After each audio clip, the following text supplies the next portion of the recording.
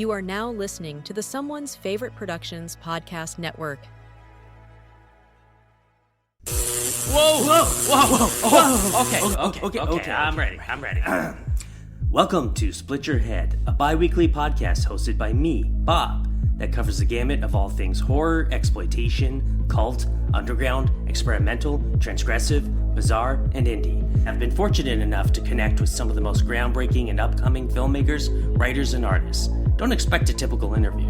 I love shooting the shit with my guests and stumbling on surprising topics that'll literally split our heads. From splatter comedies to nihilistic sleaze, uncomfortable art house to genre classics. If it gets my brain buzzing and cracking wide open like a watermelon full of blood, then I would like to share it with your ears. Now a part of the Someone's Favorite Productions podcast network. Hi, Mom. Hello there, and welcome back. What is this place? Disconnected. I've reached a number that has been disconnected. Hello there, everyone, and welcome back to the Disconnected. You won't know this, but this is actually take two of a conversation with Mr. Mike Dennis and Sam Firstenberg. Gentlemen, thanks so much for doing this again. Our pleasure. Wonderful. We love to be on your show. It's wonderful. We are here to talk about a movie that I've been anticipating for a long time, and that is Riverbend. Sam, you are the director of Riverbend. Can you tell us what Riverbend is? Correct. Riverbend is a very, very unique, interesting movie.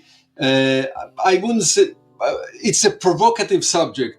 It deals with the racial injustice in the segregated South in the 1960s during the height of the civil rights movements. So it's controversial, it's different, it has a twists and turns in it, which are, I don't want to get you all the spoilers, and fantastic ending, really unexpected ending. The star of the movie is Steve James, that I worked with him in American Ninja 1 and American Ninja 2, also in another movie, Avenging Force. And the co-star is Margaret Avery, the leading lady, Margaret Avery from The Color Purple. And so overall, and there is some other great actors, great performances, interesting subject.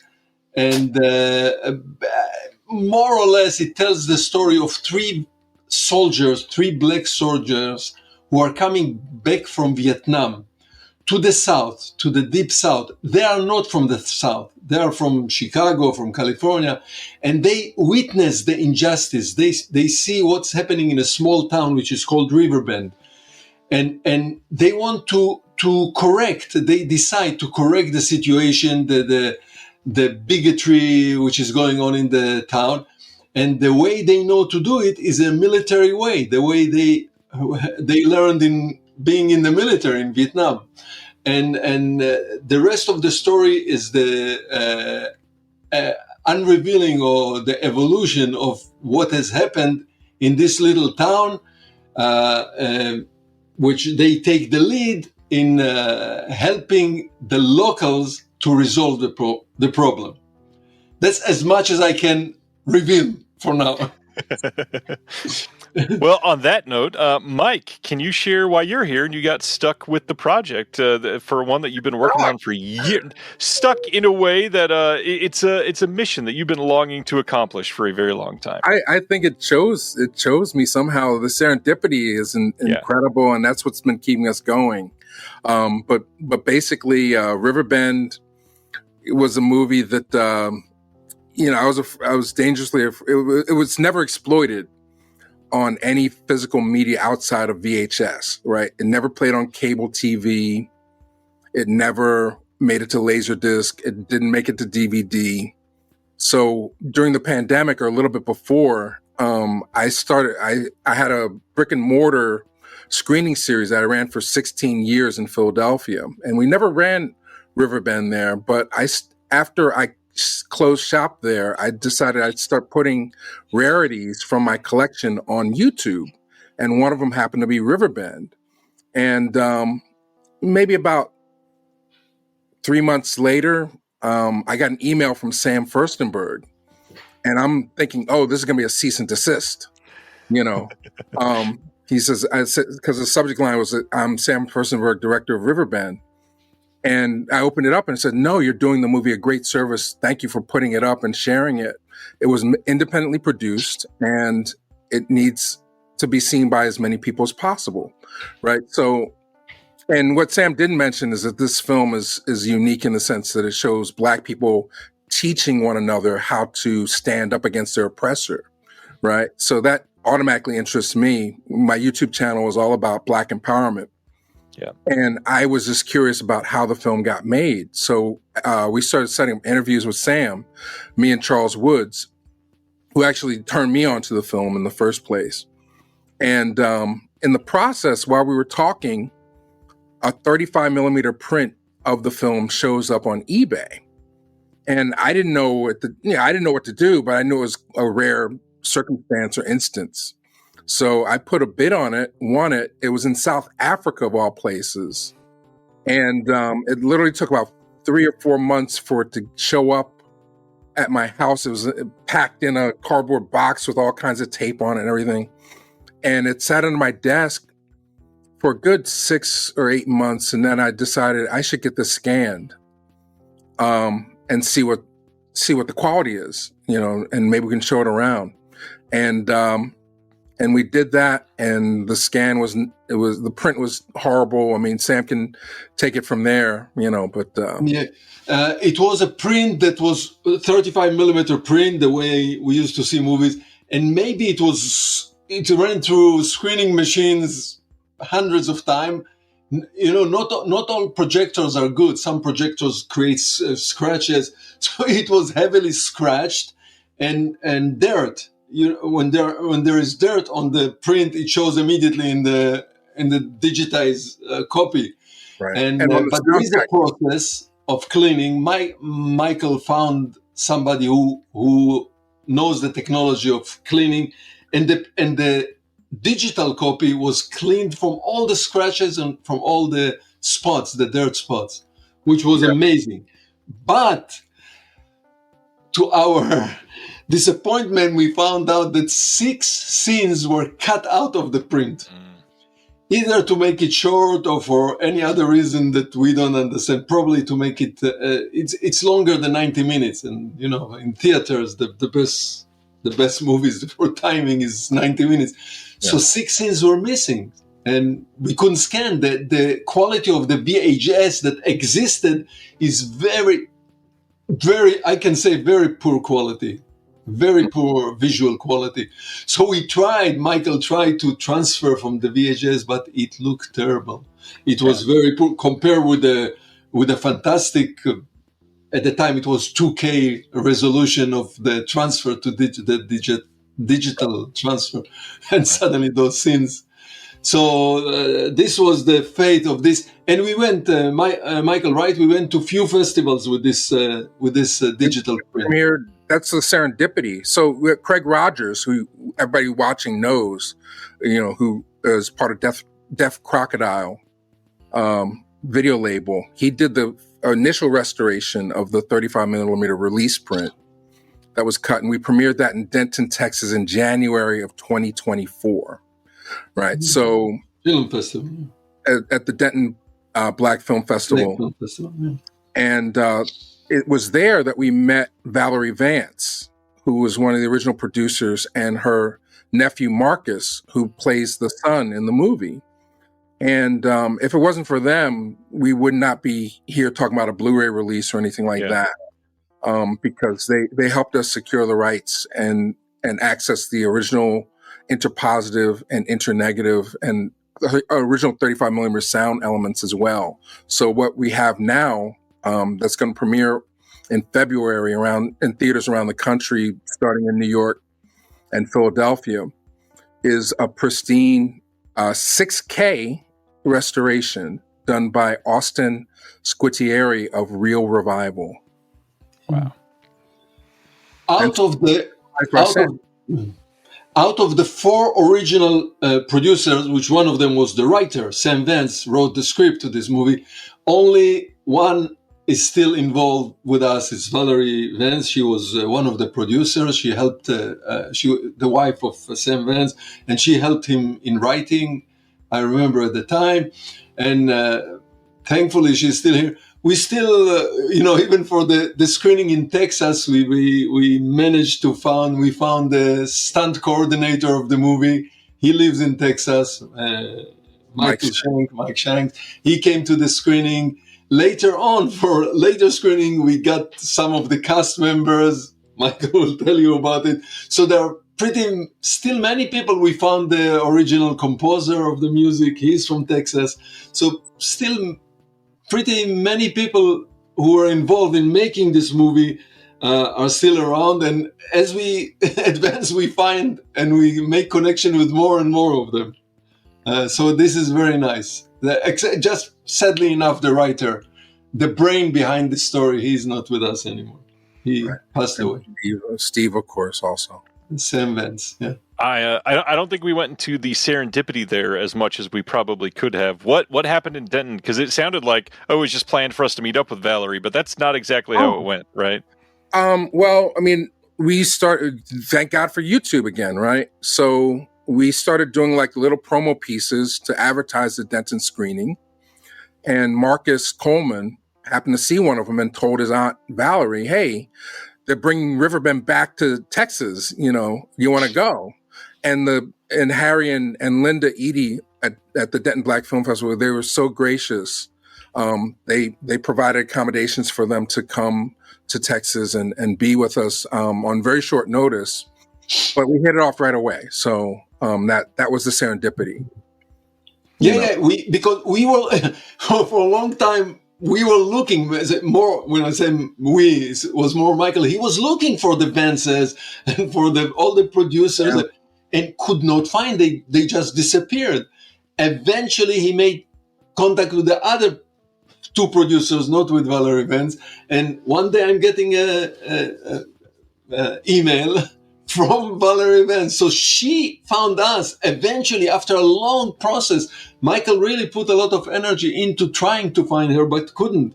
And because he moved a few addresses and different telephone numbers, and suddenly she found us. So that's how everything. And it was only a few days before the screening in the festival. But Ryan, get this one though. This is even more incredible how things connect, right? I mean, I really believe in what they say, the power of the universe, and when you start to take a step forward, things start to happen. So after Denton, and there was a premiere screening of a movie called Naked Acts, which was going to be at the Lightbox Film Center, and I teach it. It's a Black film that I was very much aware of, and so I made an extra credit assignment for my students at Temple University to attend, and we got free tickets to go. And, the majority of the class came, and I filmed the Q&A, which is on the YouTube channel. But what happened, I happened to be sitting next to Dennis Doros of Milestone Films. And at the end of the screening, I happened to tell him about Riverbend and the fact that we just did a premiere, but we had a release print. We couldn't find the negative, and there was, we couldn't go any further. And he said, well, I have this organization, missingmovies.org. Let me make a few phone calls. And this was on a Wednesday night. I think by Friday, he said, I found the negative. It's a photochem. The original negative. Yeah. So we had to go through some legal maneuverings to be able to access the negative and all the 35 millimeter elements. But again, if I didn't bring my students to the screening and happen to talk to Dennis, we wouldn't be here today. So Milestone is a company that has put out some incredible underseen Black cinema already. So it's literally just people lifting each other up through this entire process. And I love to hear that. Milestone is one of those companies that I feel like people are still sleeping on in many different ways. That they'll mention, hey, this movie's never gotten attention. Then you find out Milestone put out that one and 5 others from the same director. And you're like, well, come on, they're out there. they have all the Charles Burnett's. Yeah, exactly. Yeah. Sam, you are somebody that is known for a lot of different movies. You're known for, of course, Breakin' 2, known for the ninja films, known for a lot of very different style of movies than this one. So what originally got you into Riverbend?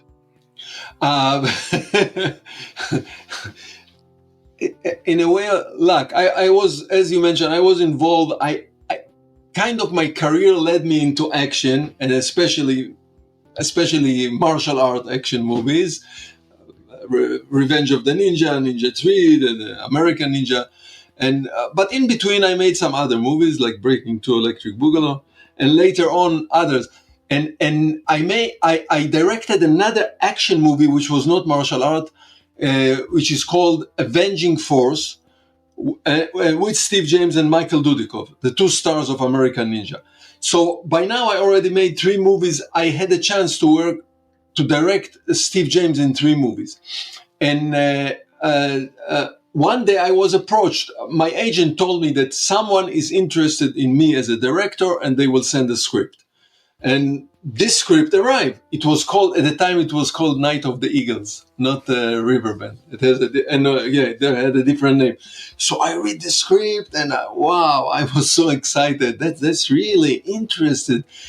Social issues and historical in the South in the 60s. And I grew up with this kind of movies, To Kill a Mockingbird and Heat of the Night, and those kind of movies. That I grew up with those movies. I got very excited. So apparently, I think, and not strangely, but untypical, this movie was privately financed. It was not a company that financed the movie. It was private money that financed the movie. So they approached me through the agent. They looked for me, I guess, those 4 producers, and they approached me to an agent that I had at the time. Apparently, probably, I would say, because I worked with Steve James for 3 times, and they were interested in Steve James. So I think that's how destiny, my path and the path of Riverbend crossed and each other, and got together. I was very excited when I read this script. Really interesting. I really wanted to direct it. Eventually, they liked me. I liked them very much, the producers. They want me to help in bringing Steve James into this project. I knew it's not going to be any problem to bring Steve James. He would love this project because I read the script and I knew. You owed him one. I owed him. But this was a matter of luck. But I knew that he would like it. There was no question. A leader, military Steve. That's Steve, how he wanted his image to be. And what Mike is alluding to, it was a case when we made the movie Avenging Force.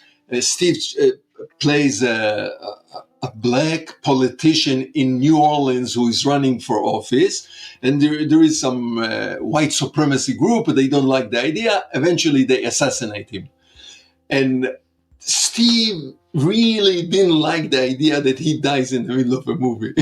I read same thing about Chuck Norris. Chuck Norris never made any movies that he will die. But Steve really didn't like the idea that but this was the story, the whole premise, the whole idea of the story is that they assassinate this politician. Yeah. They don't want him. And he always told me, you owe me. I mean, I'm doing it for you.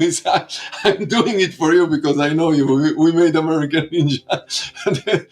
But you owe me. And so it happened that the chance came that I could repay my debt. I said, Steve, I have something for you. I owe you. You always pay me.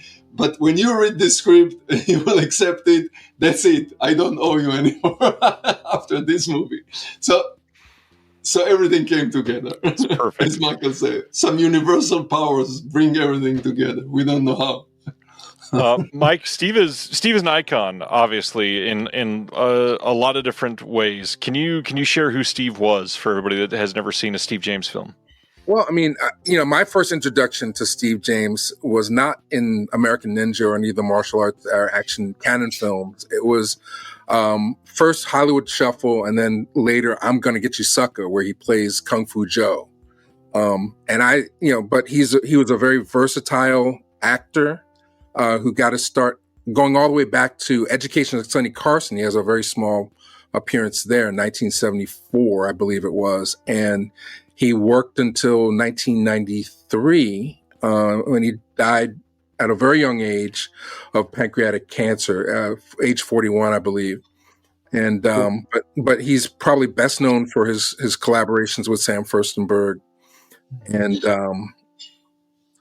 but you'll see him pop up in small parts in lots of movies like Brother from Another Planet, To Live and Die in L.A. He worked with William Friedkin quite a bit as well as Sam. Correct. And Weekend at Bernie's 2, he has a memorable little scene or two in there. So, just gone too soon. A lot of people feel like he should have been the next American Ninja. When Michael Dudikoff left, a lot of people believe that he should have taken over the franchise. Or Click's the next American action hero in a way, even outside of the Ninja franchise. Yeah, and or that he would have been the next person to be the black action star. That Wesley Snipes eventually became. Yeah. Michael Jai White eventually became. All those people that we recognize now. Will Smith even stand on the shoulders of Steve James. I heard, Mike and Ryan, I heard 2 weeks ago, very interesting story I didn't know.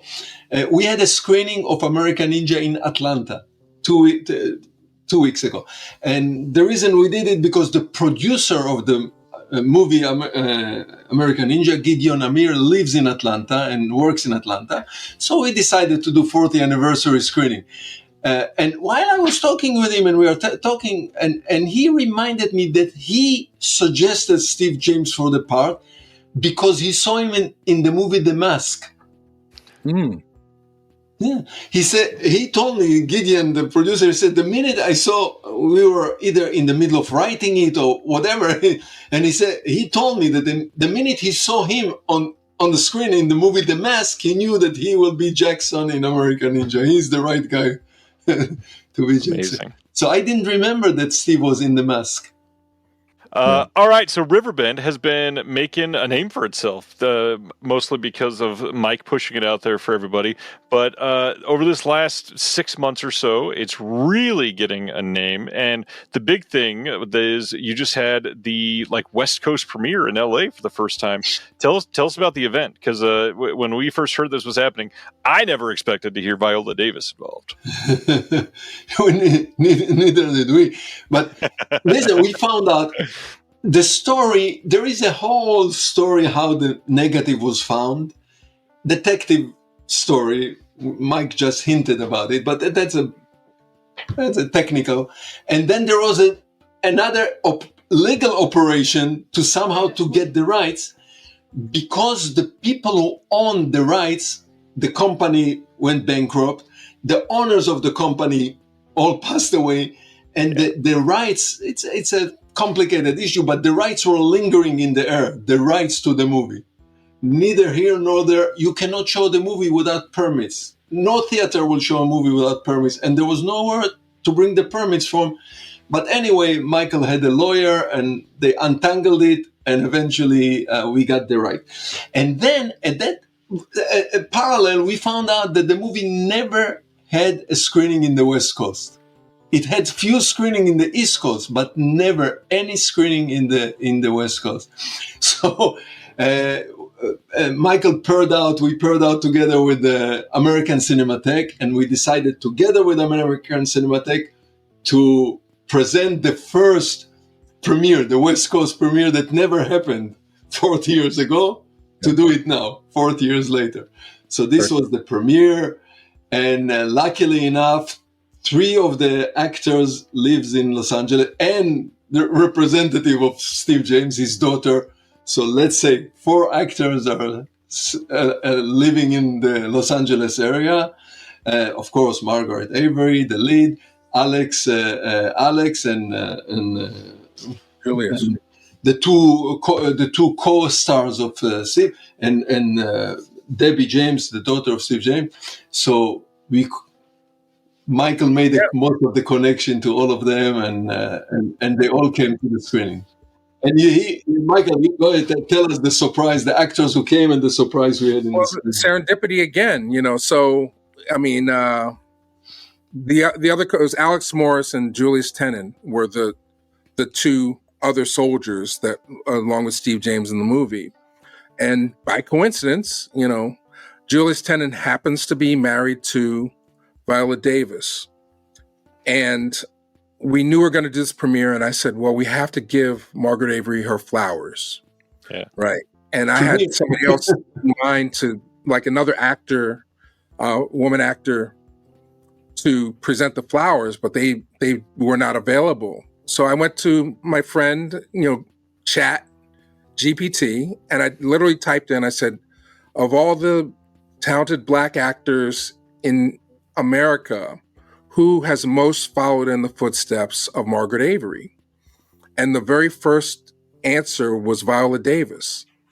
Amazing. So I said, what are the odds of that? Wow. And Julius happens to be married to her. So, not there was a very little coaxing involved, but she came, she saw the movie, loved it, gave it a great endorsement. And then before that, she gave Margaret a bouquet of flowers and some very kind words that I hope you'll share on this podcast. Everyone, please give a very warm welcome to EGOT winner Viola Davis. Oh, is Viola here?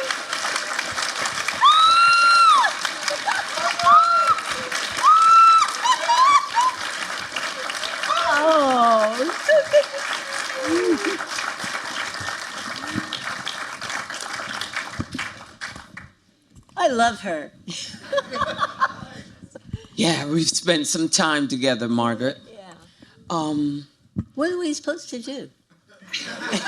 They just asked me to say some words to you. Oh. And I love you, sis. Oh. And, I admire you. You're one of the beacons. Okay. One of the acting beacons out there. Thank you.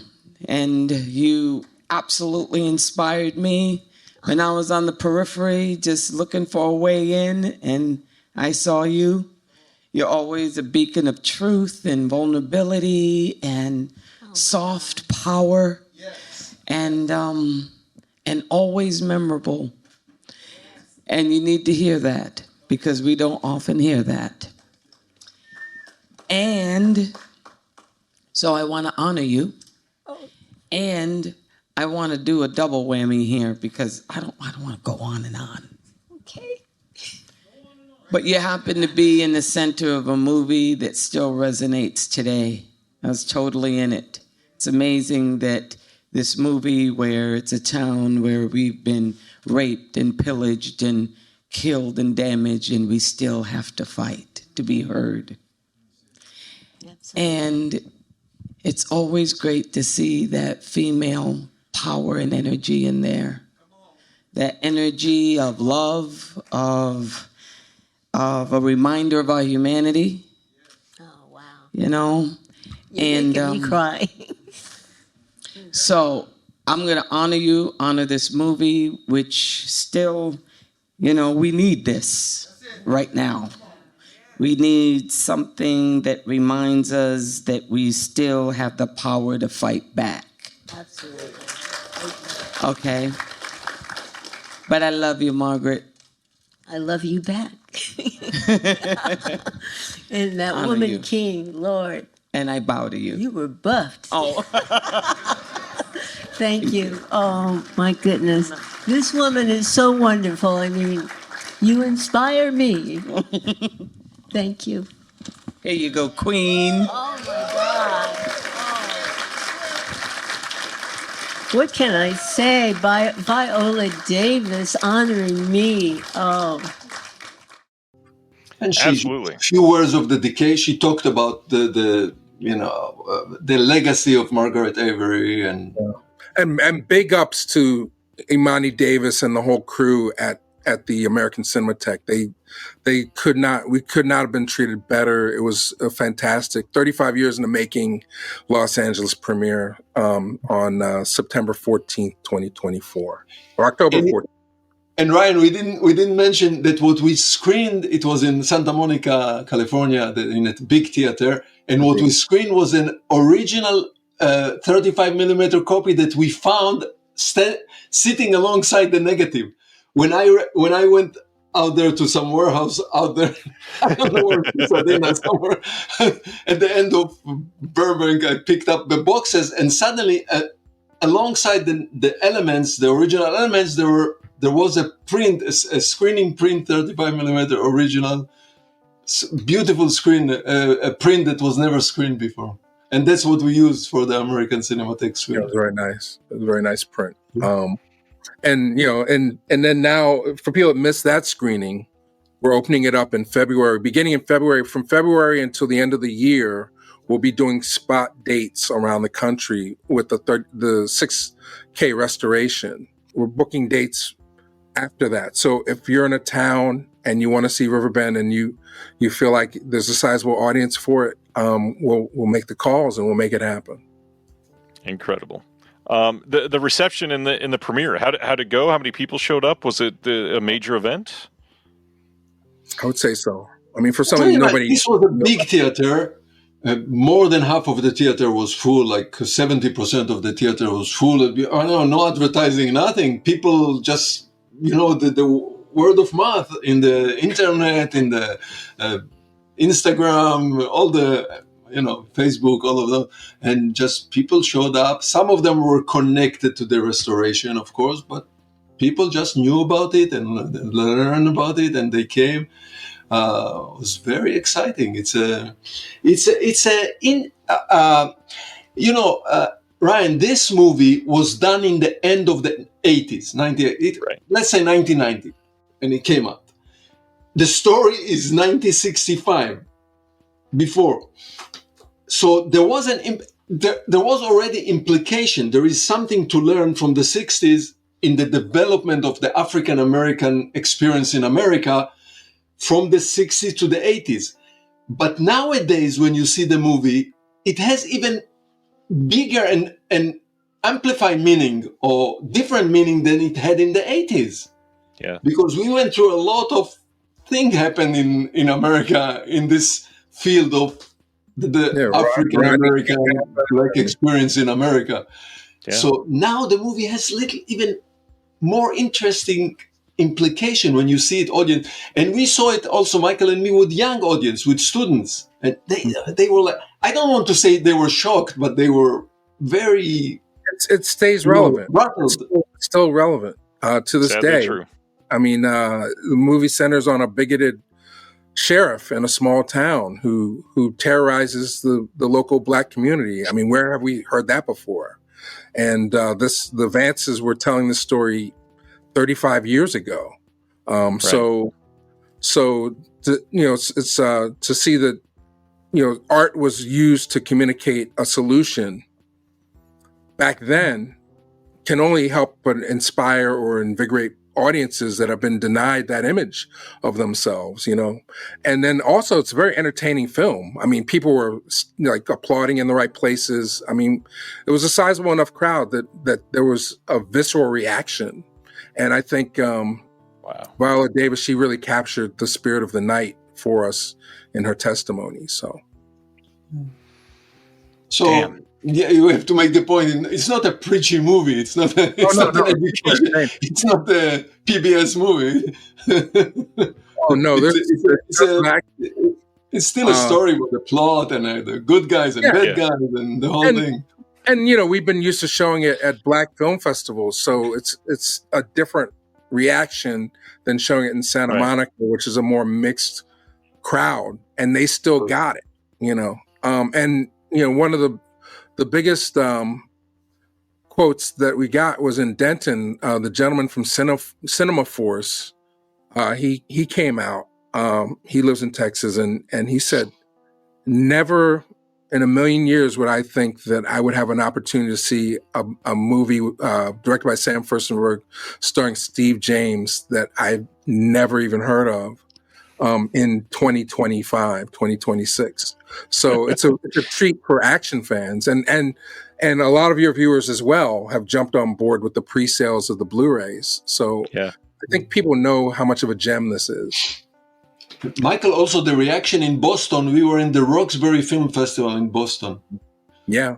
There was also, they didn't know, most of the audience didn't even expect, they didn't know what they're coming to see. Yeah, it was interesting because we were in a smaller room, so it was a little tighter, but the energy was the same. Different film. I agree with you. They thought it was made for them. They thought it was made for them. Like, wow, and the fact that it was basically suppressed. Like I said, it never played cable. I mean, how many movies from the 90s or 80s can you say never made it to cable?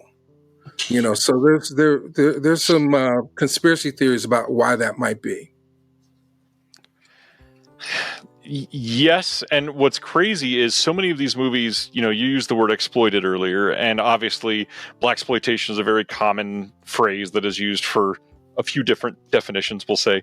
But in the 80s and 90s, a lot of these got more popular, and it's still amazing to me when you find one like this with names attached to it that was not allowed to happen like that. I mean, especially when they came out in like 90 essentially, and then you had all these things happen in the 1990s that would have given rise to popularity in something like this. You'd imagine, like in the wake of the Rodney King stuff, that this would have been something that people would have wanted to see, like genuinely had a hunger to see it. And so, I guess there's some stories behind why this may have been held back. Yeah, there's a lot of beliefs, right, Sam? It did not fit into the exploitation slot. Definitely, it did not, because suddenly you start with the movie. Oh yeah, action. You see soldier, but suddenly it takes a serious turn, totally serious turn. So it doesn't fit. So it's out of the exploitation immediately, of the exploitation field. And anyway, the subject is provocative, is a radical subject, but at the same time, Mississippi Burning also came out, which is it is kind of similar. I just read a review that somebody compared it to Mississippi Burning. This movie, when it was finished, the producer sold it to a small company, IRC release, and they sold it or gave the right or sold the right to Paramount, which is a huge company. So suddenly something here is suspicious. How come big company like Paramount will take a small movie, tiny budget movie, but Orion, there was a company, Orion, which was affiliated with Paramount, released Prism. Paramount. Orion released Mississippi Burning. Oh, yeah. Well, Orion ends up with Riverbend down the road. That's what confused me. Yeah. Because Orion was a subsidiary of Paramount. Paramount and Orion were connected. So perhaps Paramount purchased the movie in order to stop the competition to Mississippi Burning. I don't think it's a big competition because Mississippi Burning was big names, big stars, right. Gene Hackman and other big stars. So I don't feel that it was a competition. But for them, for music companies, for film companies to throw $1 million to buy some movie just to stop it from competing with another music artist or another movie, for them it's nothing. It's part of the... So they released it, Paramount released it on VHS cassette. It was just and very few, small amount of copies, very small amount of copies. And I must say, very poor visual quality, very poor quality. The cassette, the VHS cassette that they released were of a poor quality and very limited number. Yeah. And as I say, they only premiered it in the East Coast, not here, not in the West Coast. Yeah, I worked at a store at the time, and we carried it, and I never watched it. Yeah, I never watched it. the poster did not appeal to me. The cover did not appeal to me. No one, I guess not enough people rented it to say that it was good, but it wasn't until years later when I got reacquainted with Charles Woods, who ran a store in New York called the 43rd Chamber, and we were going through his collection. He literally had 5 used copies of this thing. Like, he was picking them up from like swap meet in New York. And I said, why do you have 5 of these? And he's like, you have to watch this. And that's what turned me on to it. I was like, oh wow, this is revolutionary.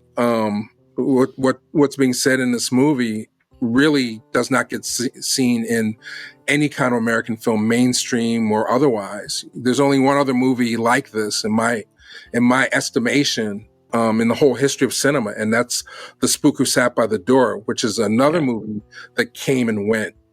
It literally played for about 2 weeks and disappeared for decades. It's just now getting re-released. Michael, but it makes sense. Even if you go to a video store, you rent a cassette, you take it home, and it has this murky, grainy quality. You are not going to recommend it. It was a very poor quality physically. Yeah. Well, but it's kind of interesting to me that I avoided watching it until Charles told me about it, because I love black cinema. Yeah. And it's your mission. Like I said, I'm a fan of Steve James. But maybe the fact that it was considered a straight to video, might have also been, even though it played theatrically and it had pedigree, the whole Canon Films thing. Maybe that's what kept people away as well. This whole straight to video, although straight to video action was very big at the time. And I guess this movie wouldn't have been made at all if not for the market of home video. It was done for very little. So, yeah, but listen, you walk into a store and you see 20 copies of Star Wars, 6 copies of Mississippi Burning, and 1 copy of. So it makes impression on whoever walks into the rental store, and this was the only way to see this movie. And I guess there were not on every rental store. You would have Mississippi Burning was in every rental store. I don't think that Riverbend was in every rental store in the country. Definitely not. Copies have dried up now. I have not seen any show up on eBay in probably a year. Yeah, because there are very few cassettes around, very few VHS cassettes. They're landfill. So that's another reason. It's never looked better. I mean, I don't know if you're going to show clips of the restoration, but it's never looked better. We're going right from the interpositive of the film, which is the step right after the original camera negative. So it's color timed, and it's the first generation from the camera negative. So and it's been supervised by Sam, and it's immaculate. It looks good. Just looks amazing. The cinematography is really good in this movie. Kenny Lumpkin was a local.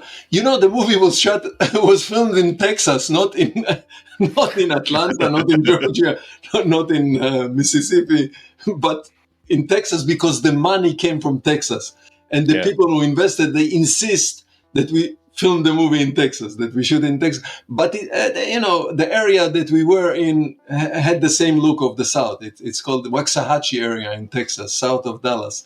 So it has the look. So the movie was all and all the actors, like even the actors who came to the screening, except Margaret Avery, they had a chance to see the movie in a premiere in Texas. Oh, yeah, there was a premiere in. They told us Austin or Houston. I don't remember. And so Alex and they saw it. They saw the movie in Texas. Yeah, it played a few markets before it disappeared, because Valerie had a print of the film as well. She had a print. So they may have. I mean, from our discovery, there's one print that's in the Library of Congress, which you can't take out. You can go there and view it, and then the print I got from South Africa, then Valerie's print, which got mold damage, so that's unplayable. And then the 2 prints that were discovered in MGM's vaults.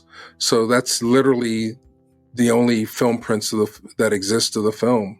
Like I said, I think the one that I got from South Africa probably was the one that played the theatrical circuit around the world, you know. So we know it played in Times Square. We know it played in Florida, Texas, and then Valerie's print played a few festivals in Chicago and Texas as well. So it's very, very, very rare to be able to see this on a big screen. Mm-hmm. So another reason why people should log in and check out the website for dates or send an email and say, hey, we want to play this where we live. So, Sam, I would love to hear your take on the fact that Sam Firstenberg is getting a lot of love right now. I mean, we've got Ninja the Domination, we've got Revenge of the Ninja, we've got American Ninja, we've got all these movies getting like these immaculate 4K restorations in 2025, and everybody rabid to see them still, you know, almost 40 years later. How's that make you feel? Ryan, this is the magic of the world of cinema. I don't have an explanation or formula. I cannot break it down. Revenge of the Ninja was made more than 40 years ago. By now it's like 43 years ago. And this was the first martial art movie I directed, Ninja 3 The Domination, then came American Ninja.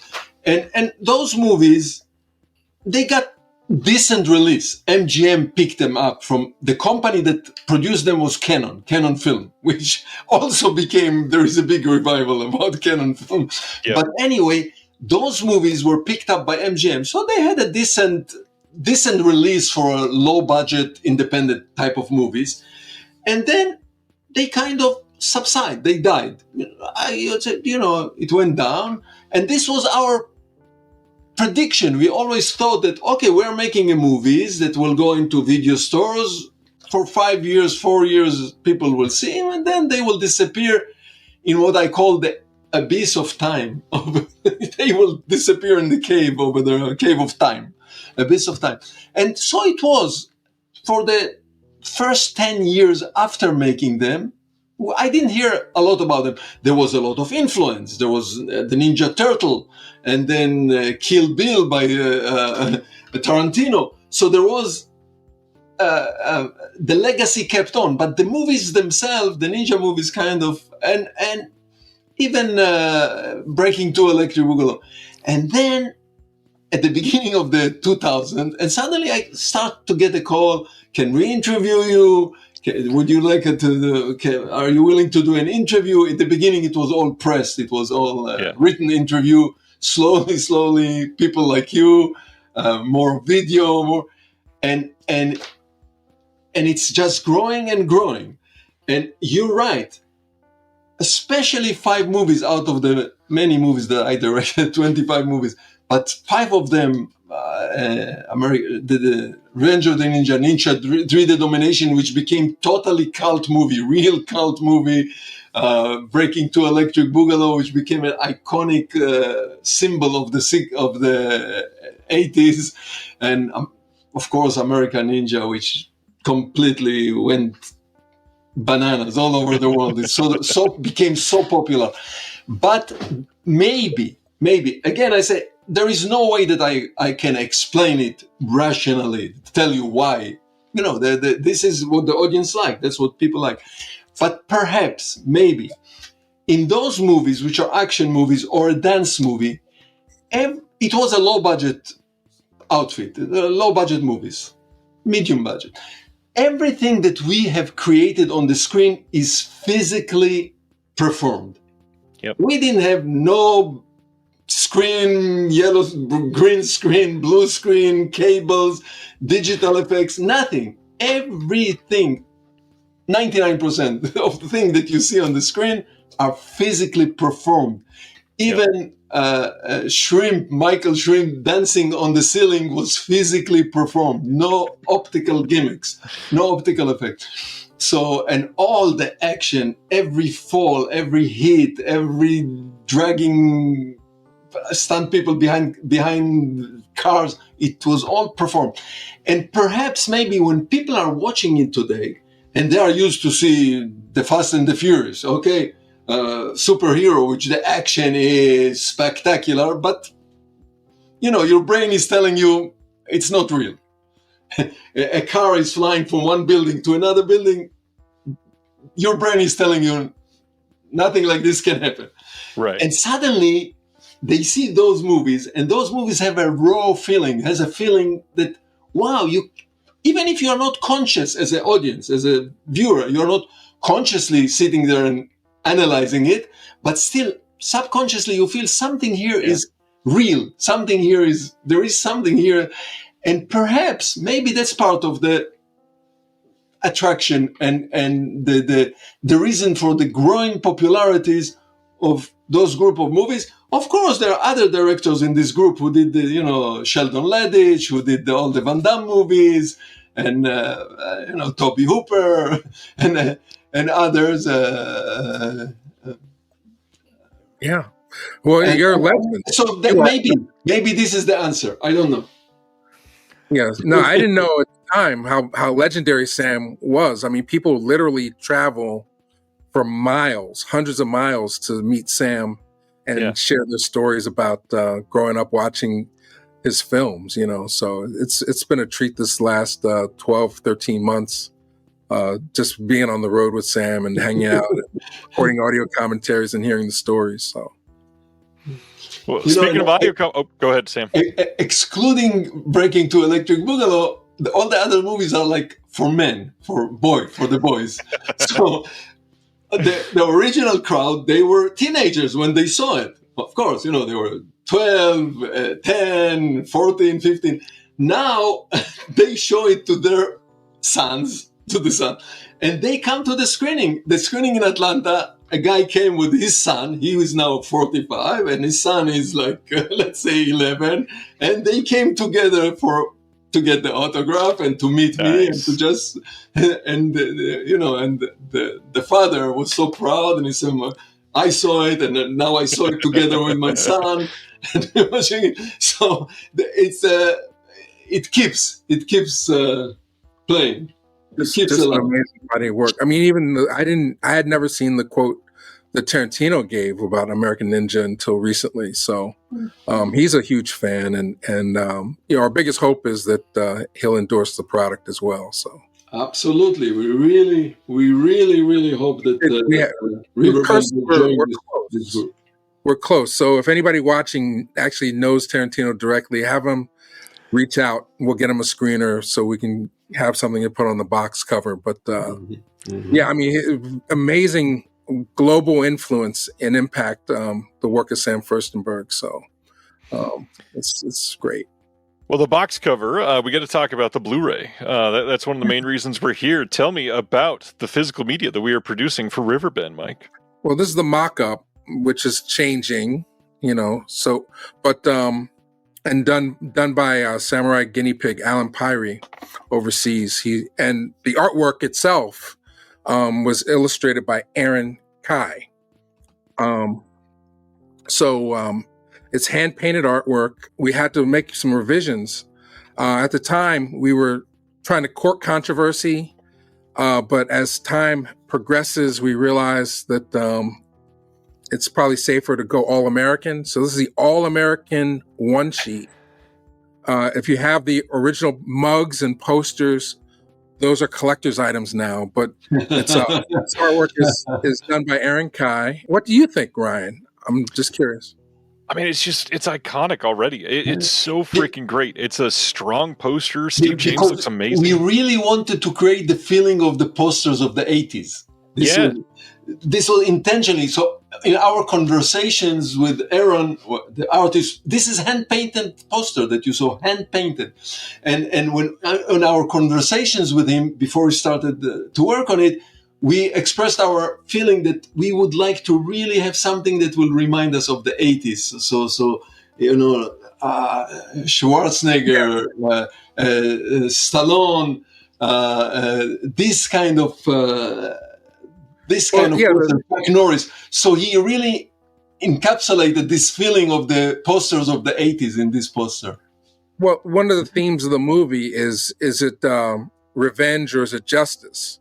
Right. And we always all of us felt that Steve James was denied the justice of being the star of his own canon movie, and Riverbend is very close to that with the DNA of Sam Firstenberg and the amount of action that's in the story. So we said, what if Steve James was a star of a Cannon film from 1989? What would that poster look like? And that's what Aaron came up with. I mean, in collaboration with Sam and myself. But when you're right, you fight. So it really, this poster encapsulates the feeling of the movies of those movies of the 80s, the superheroes of the 80s. Yeah, and it feels like that for sure. It is genuinely. It's one that I am just eager to have on the shelf.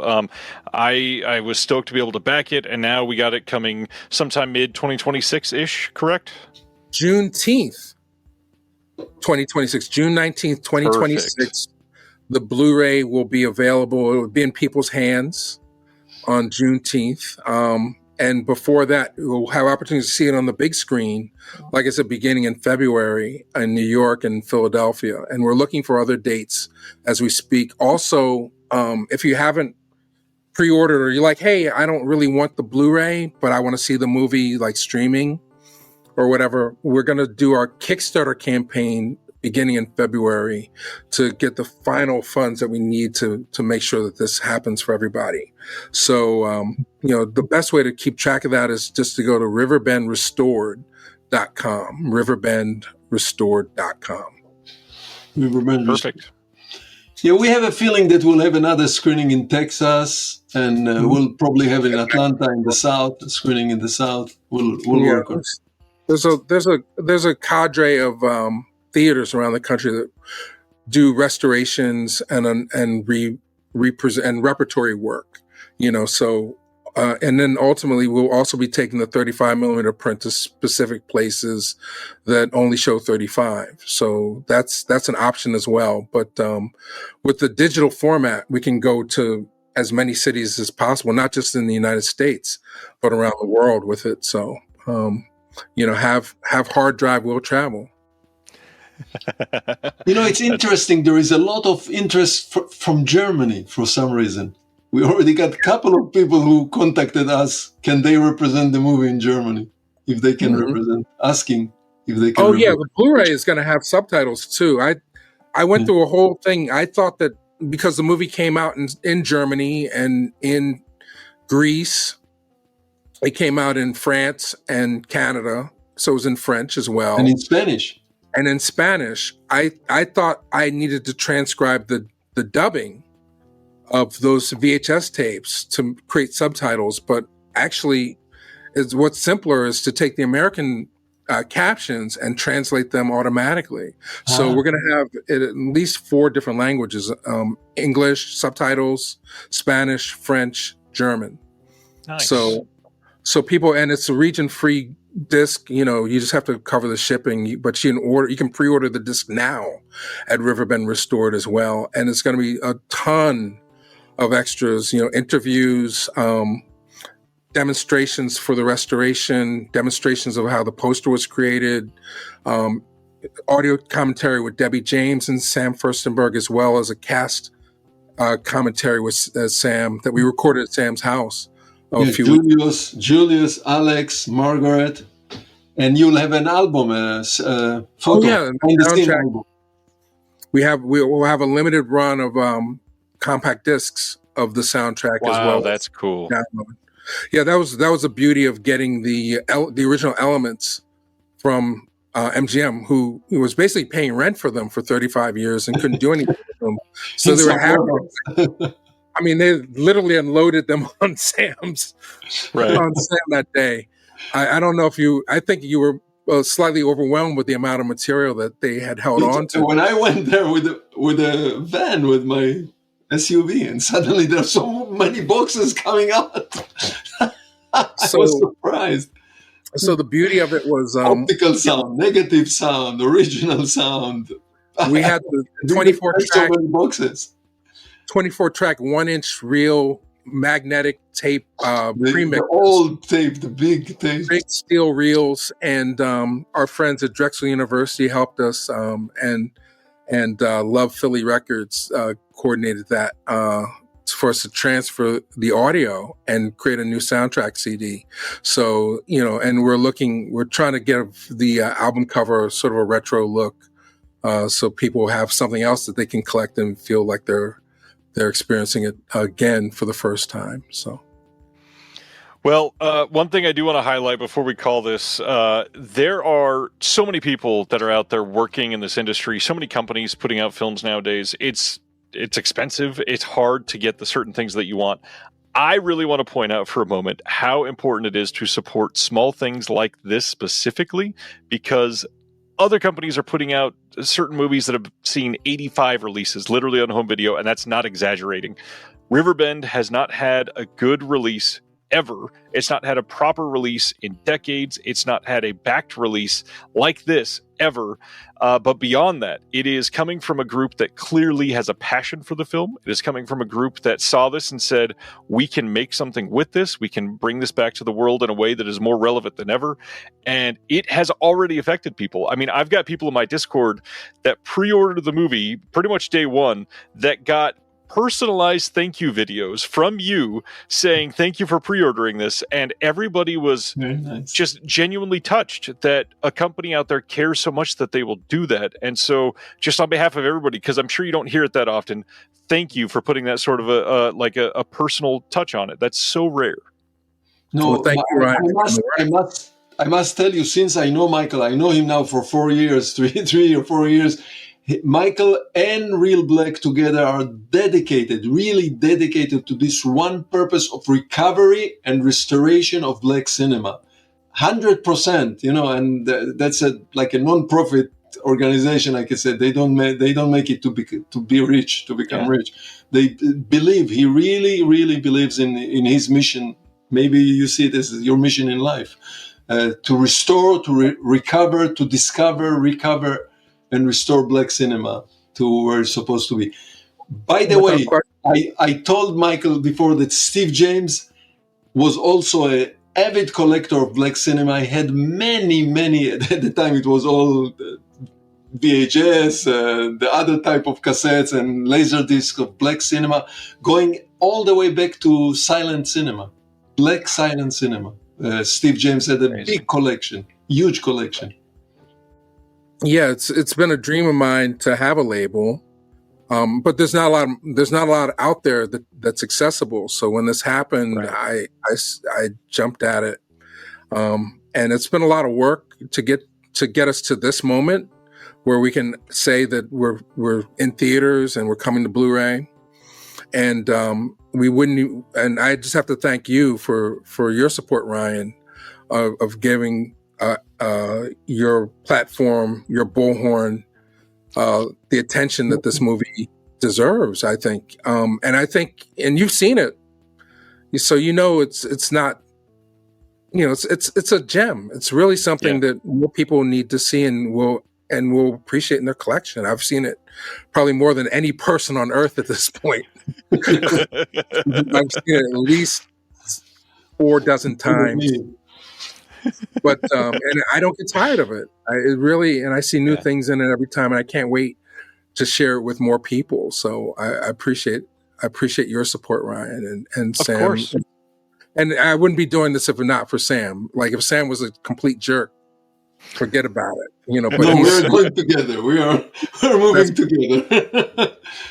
He's one of the best people on the planet, and he supervised the entire project, and he does it with not kid gloves. He knows what he wants. He knows what works. And as I watch his other films, I see his spirit in those films.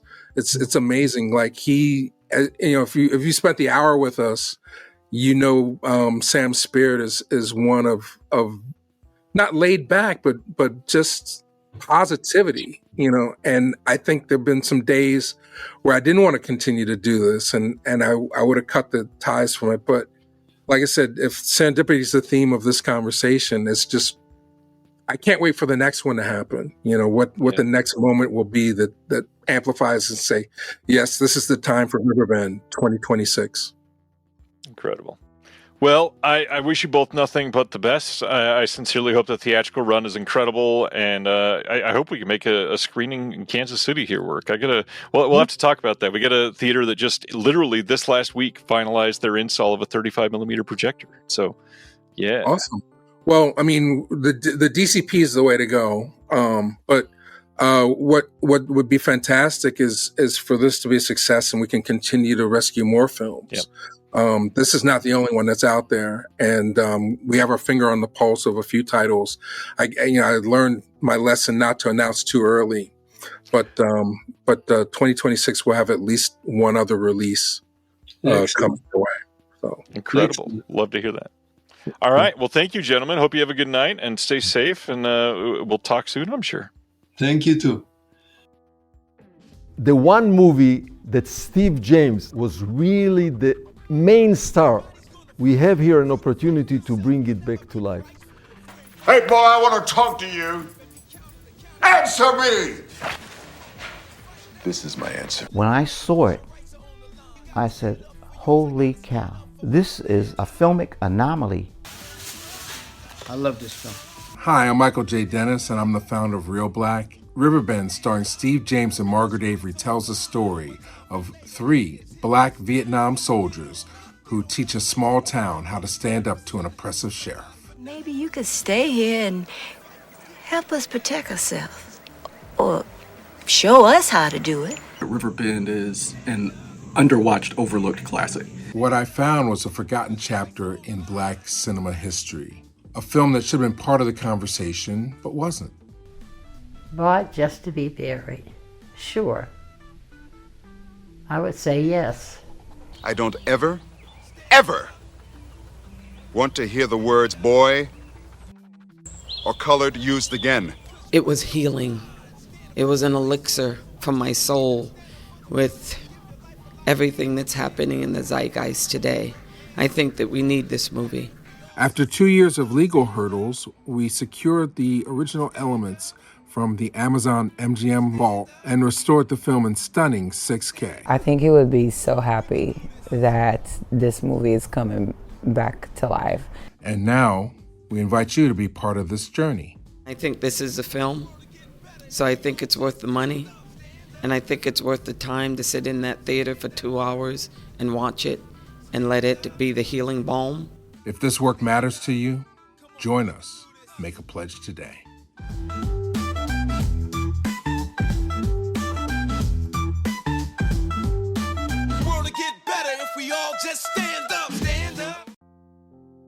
Thank you for listening to the Disconnected Podcast. There's one big thing that you could do to help the show, and that is to leave a rating and review on the podcast service of your choice. Thank you.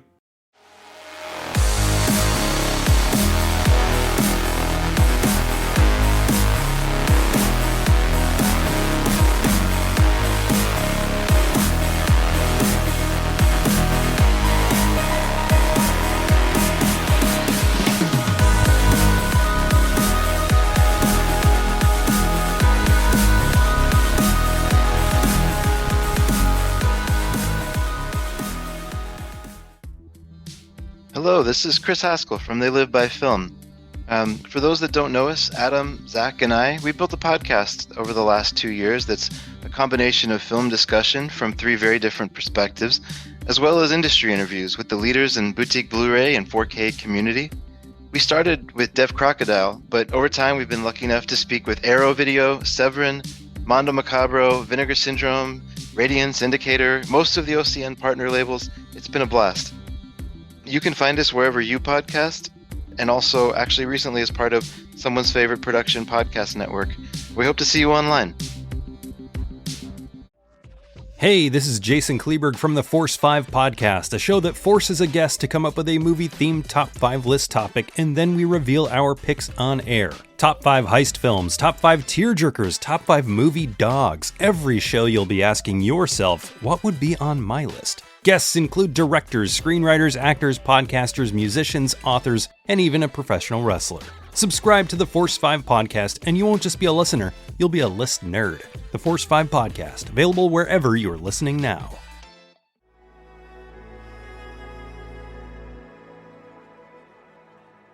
Thank you for listening. To hear more shows from the Someone's Favorite Productions podcast network, please select the link in the description.